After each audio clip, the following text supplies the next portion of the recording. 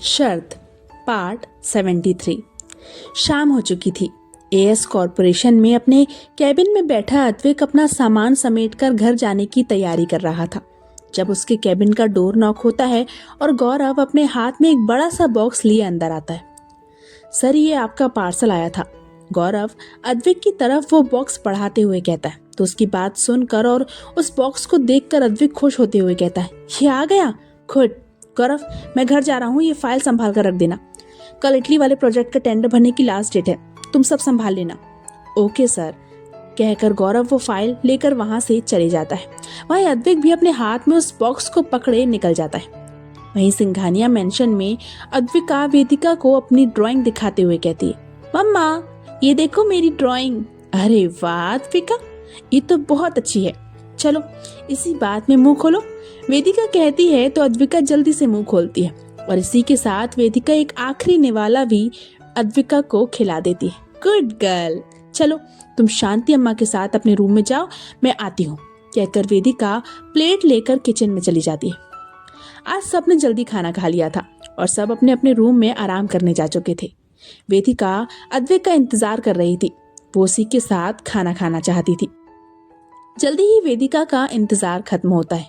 Doorbell बजती है।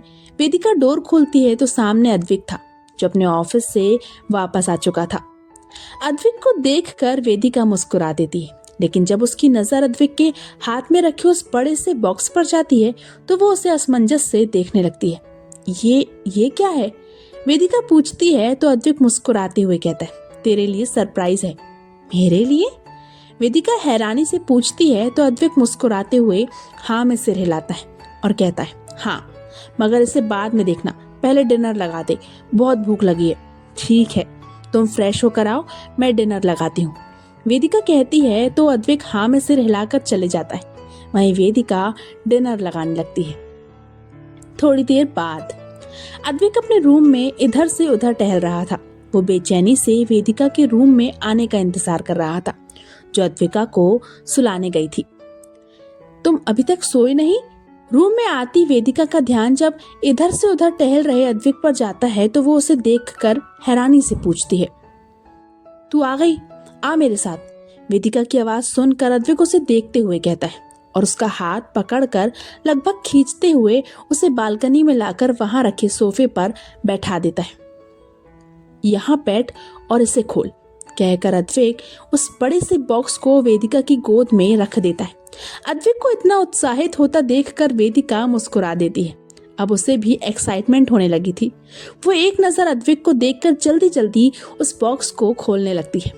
Box खोलते ही उसमें रखी चीज को देखकर वेदिका की सारी एक्साइटमेंट कहीं गायब हो जाती है और उसकी आंखें नम हो जाती हैं। उस बॉक्स में गिटार था, ब्लू कलर का सुंदर सा गिटार जिस पर उसका नाम लिखा हुआ था, वेदू।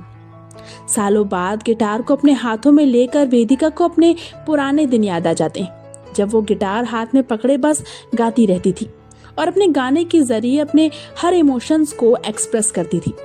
अब देख क्या रही है, कुछ सुनाएगी भी? प्ले करना इसे। अद्विक अपनी आंखों में चमक लिए वेदिका को देखकर कहता है तो उसकी बात सुनकर वेदिका अपनी आंखों में नमी लिए उसे देखती है और गिटार को साइड में रखकर उठते हुए कहती है, उससे नहीं होगा। वेदिका की बात सुनकर अद्विक की आंखों की चमक जैसे कहीं गायब सी हो जाती है। वो हैरानी से वेदिका को देखकर कहता है, नहीं होगा मतलब? ये मैं तेरे लिए लाया हूँ वेदू। जानती हूँ, और ये भी जानती हूँ कि ये सब तुम आशीष की वजह से कर रहे हो, लेकिन मेरी बात ध्यान से सुन लो अद्विक, मुझे किसी की बैंड कंपनी का हिस्सा नहीं बनना, कहकर वेदिका अंदर रूम में चली जाती है। वहीं उसकी बात सुनकर अद्विक परेशान हो जाता है। ये सच था कि उसने ये सब आशीष की वजह से किया था। जब उस पार्टी में आशीष ने उसे बताया कि उसे सचमुच एक सिंगर की जरूरत है, तभी से अद्विक ने सोच लिया था कि वो अपनी वेदू को सिंगिंग के लिए मनाएगा और उसे आशीष की बैंड कंपनी में ज्वाइन करवाएगा। वेदू मेरी बात सुन। अद्विक गिटार हाथ में पकड़े रूम में आकर वेदिका को रोकते हुए कहता है, क्या है अद्विक, क्या तुम्हें मेरी बात समझ नहीं आ रही? मैंने कहा ना मुझसे नहीं होगा। वेदिका चिढ़कर कहती है तो उसकी बात सुनकर अद्विक कहता है, क्यों नहीं होगा वेदू? पहले तो तू गाने के लिए मौका ढूंढती थी, फिर अब जब मौका मिला है तो तू पीछे क्यों हट रही है? पहले और अब में बहुत अंतर है अद्विक, अब मुझसे नहीं होगा। वेदिका कहती है तो अद्विक जिद करते हुए कहता है, क्यों नहीं होगा? क्या तू डर रही है? पर कल तूने अपने डर पर जीत हासिल की है, तो फिर अब डर किस बात का? मुझसे नहीं होगा, मैं बस ऐसे ही ठीक हूँ, तुम्हारी बीवी और अद्विका की मम्मा बनकर खुश हूँ। वेदिका कहती है तो अद्विक झट से कहता है, पर मैं खुश नहीं हूँ। मैं तेरी पहचान अद्विका की मम्मा और अपनी बीवी तक सीमित नहीं रहने देना चाहता। ठीक है, तो फिर तुम्हें जो करना है करो, लेकिन मैं नहीं गाऊंगी। बार बार अद्विक की वही बात सुनकर वेदिका गुस्से से कहती है, लगी शर्त 2 दिन, बस 2 दिन में तुझे गाने के लिए मजबूर कर दूंगा। अद्विक कहता है तो वेदिका उसे देखकर कहती है, मंजूर, लेकिन अगर मैंने इन 2 दिनों में गाना नहीं गाया तो तुम मुझे फोर्स नहीं करोगे। ठीक है, लेकिन अगर मैं शर्त जीता तो तुझे आशीष की बैंड कंपनी ज्वाइन करनी होगी। अद्विक कहता है तो वेदिका चिढ़कर कहती है, ठीक है, कर लो कोशिश, मगर तुम जीत नहीं पाओगे, ये तो वक्त ही बताएगा। अद्विक मुस्कुराते हुए कहता है तो उसकी मुस्कान देखकर वेदिका मुंह मोड़ लेती है और चुपचाप अपनी जगह पर जाकर सो जाती है। वहीं अद्विक भी गिटार साइड में रखकर अपनी जगह पर आकर सो जाता है। क्या होगा आगे, आखिर कौन जीतेगा, ये शर्त जानने के लिए पढ़ते रहिए आरज़ू तेरे प्यार की जारी है। तो आज का पाठ यही समाप्त होता है। जानती हूँ आज फिर छोटा पाठ दे रही हूँ, आप लोगों को थोड़ी बहुत नाराजगी होगी, लेकिन क्या करूँ, समय नहीं मिल पाता और समय की कमी की वजह से, थोड़े व्यस्त होने की वजह से मैं लंबे पाठ दे नहीं पाती। प्लीज़ अगर आप लोगों को स्टोरी पसंद आ रही हो तो मुझे सब्सक्राइब कीजिए, वीडियो को लाइक कीजिए, शेयर कीजिए, और हाँ, आप लोगों की नाराज़गी जल्द ही ख़त्म कर दूंगी। Bye bye.